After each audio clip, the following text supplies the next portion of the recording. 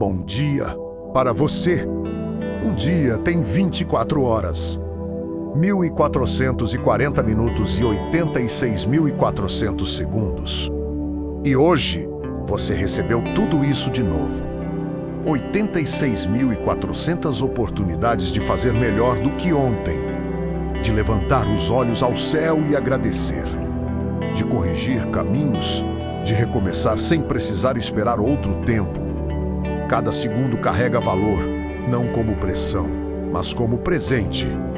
Que hoje você use esse dia não só para si, mas também para olhar com mais atenção para os pequeninos de Deus, para estender a mão, para amar com atitude.